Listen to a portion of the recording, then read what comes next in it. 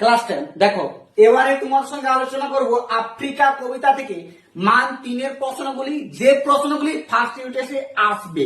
First unit test থেকে তোমাদের স্কুলে যদি আফ্রিকার মান 3 এর প্রশ্ন দেয়, এই চারটির মধ্যে কমন পাবে, এটি গ্যারান্টি। ঠিক আছে, তারপরে 5 নম্বর গুলি দেখে দিব। পুরো ভিডিওটি ভালো করে দেখো। আর চ্যানেলটিতে নতুন হলে সাবস্ক্রাইব করতে ভুলো না। সাজেশন গুলো ভালো লাগলে বন্ধুদেরকে অবশ্যই শেয়ার করে জানিয়ে দাও। দেখো, প্রথম প্রশ্ন হচ্ছে, অপরিচিত ছিল তোমার মানব রূপ। কার কথা বলা হয়েছে? কে তার মানব রূপ অপরিচিত ছিল? এটি আফ্রিকা থেকে মান 3 এর ভেরি ভেরি ইম্পর্টেন্ট। ঠিক আছে, দেখো 2 নম্বর প্রশ্ন হচ্ছে, এলো ওরা লোহার হাত করে নিয়ে, কাদের কথা বলা হয়েছে? এই আসার তাৎপর্য কি?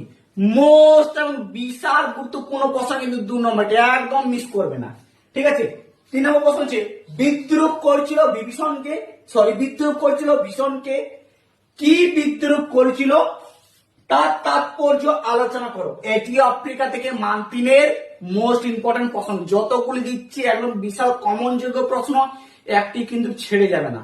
বারবার বলছি, যেমন তোমাদের গত বছর পুরো মিলে গেছে হুবহু যেরকম, সেরকমই তোমাদের ফার্স্ট ইউনিট টেস্ট থেকে প্রতিটা বিষয়ে প্রতিটা কমন 100% পাবে।